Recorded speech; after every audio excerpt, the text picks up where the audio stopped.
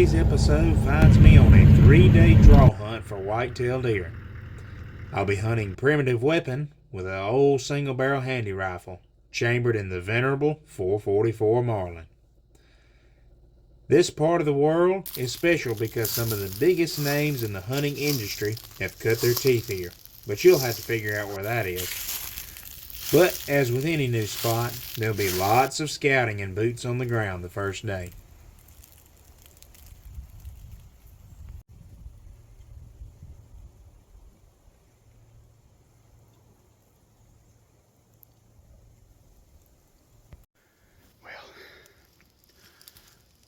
My buddy Sam's advice today was find the find the worst thicket on this place and then find a trail in it. And I think I've succeeded in that. It's funny how deer hunting heaven a lot of times is looks like hell on earth.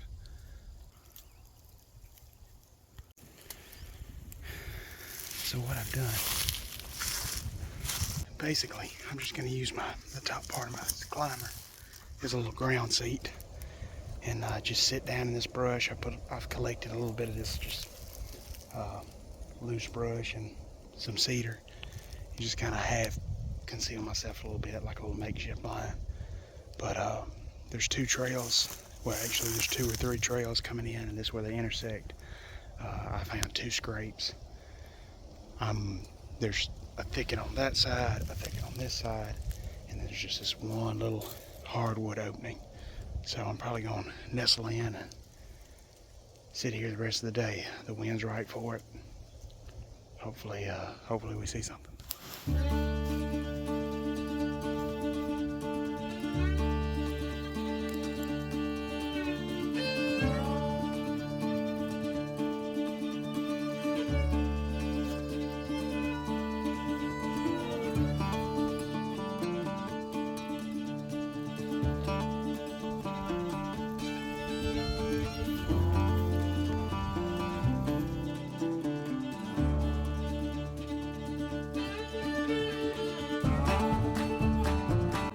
Even with good sign, there is no activity my first day.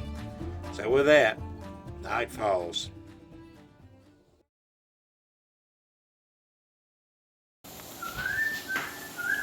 What we cooking, Mr. Cade?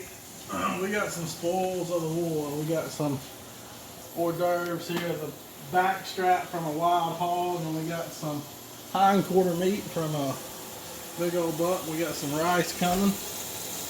We're gonna get that out, and we're gonna mix us up some little gravy. That's good enough to eat. That's good enough for who it's for. My second morning out, it's nice and cold.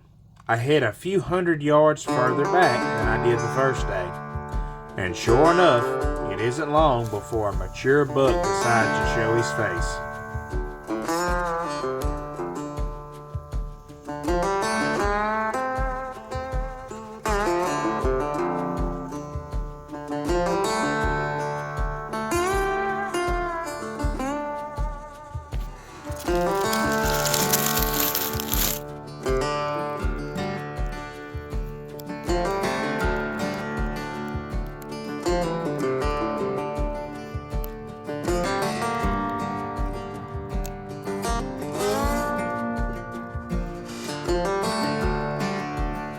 And just as soon as he came, he went, disappearing like a ghost in the brush.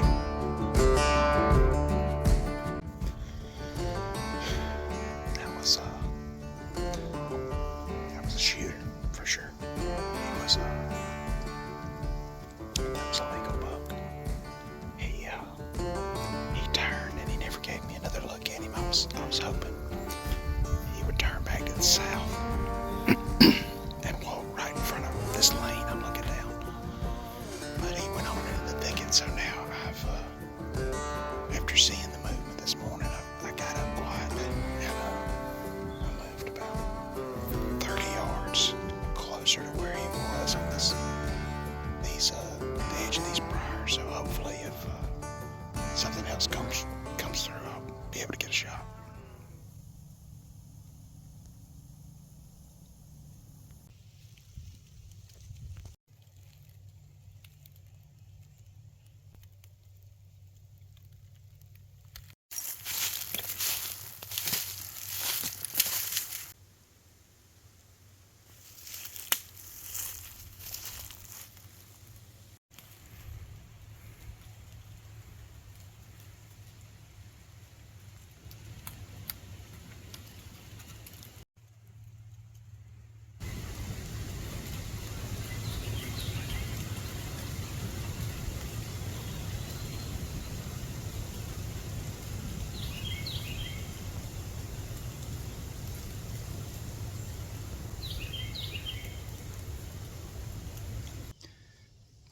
just stood there and stood there.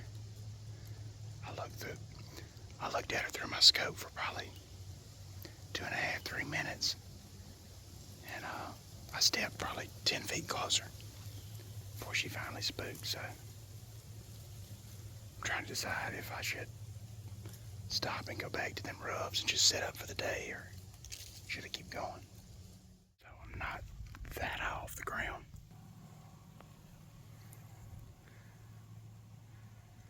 But it's just enough to give me a better vantage point over this thick stuff and look down into that ditch. Trails everywhere, buck sign everywhere. I'm just gonna settle in here for the rest of the day. Even with all this buck sign around and all these deer tracks, I close out the evening once again with no success. I return to camp to see that Colby has had a little luck killing an 8-point.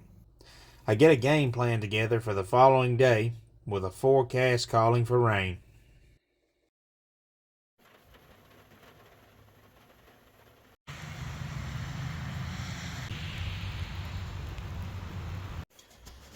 So, just hanging out here at a truck stop.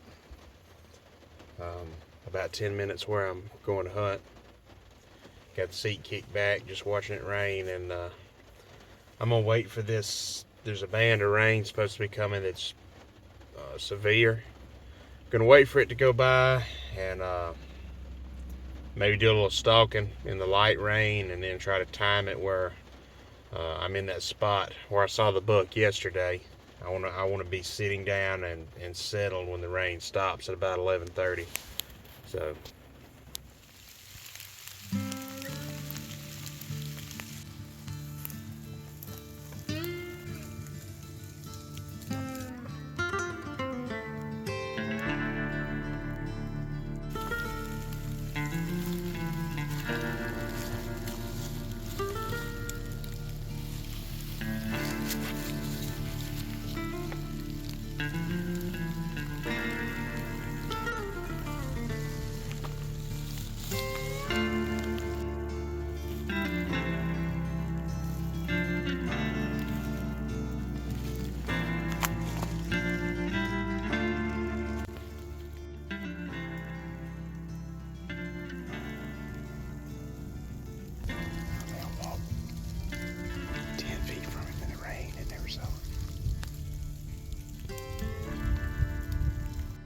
With no luck in the rain, I take a final gamble for my last hunt. A block of property that I don't think a lot of people hunt.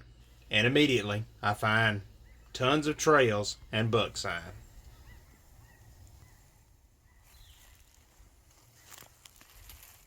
We'll see if this gamble pays off. I did find a fresh rub. So there's buck sign in here. There's intersecting trails.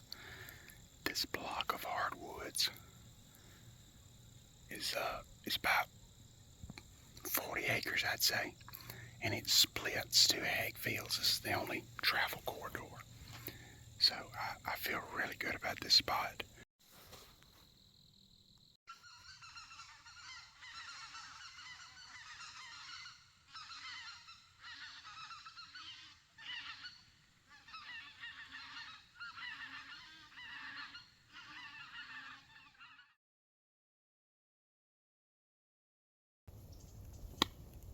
So how does it end?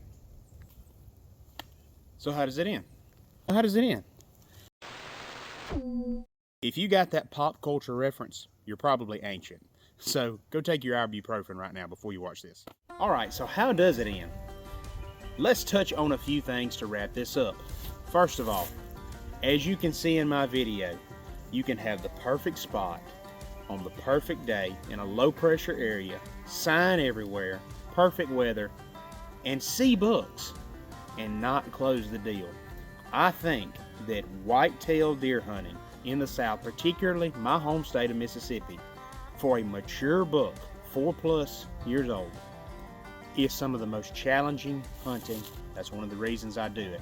I think if you can consistently kill public land mature bucks, especially with a bow, you are in an upper echelon of elite hunters. It can be super frustrating. But that being said, the frustration just adds to the sense of success when you do pull it off. So I'm not going to get discouraged. To quote the good book, I will reap in due season if I faint not.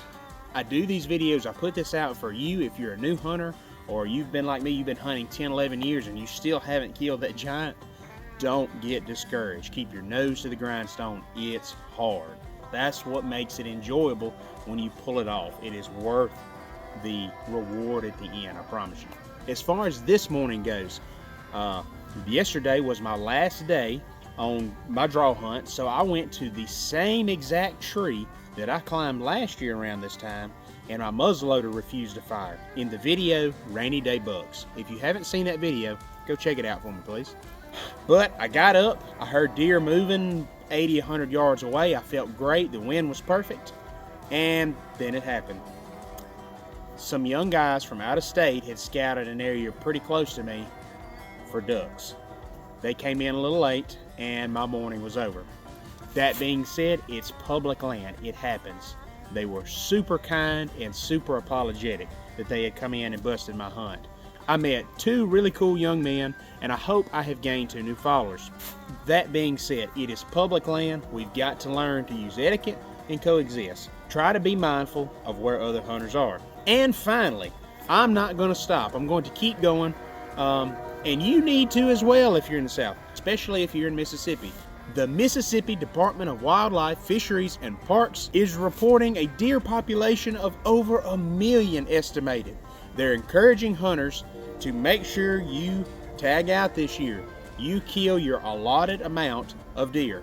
On average, hunters in Mississippi only kill 1.5 deer a year. They're saying to at least kill another one to that number. Try to get that average across up to 2.5 so we can maintain a healthy deer population and continue with the great conservation that our state does. Until next time, this has been Indian Hen Outdoors. I'm Turner. Thank you so much for watching. God bless.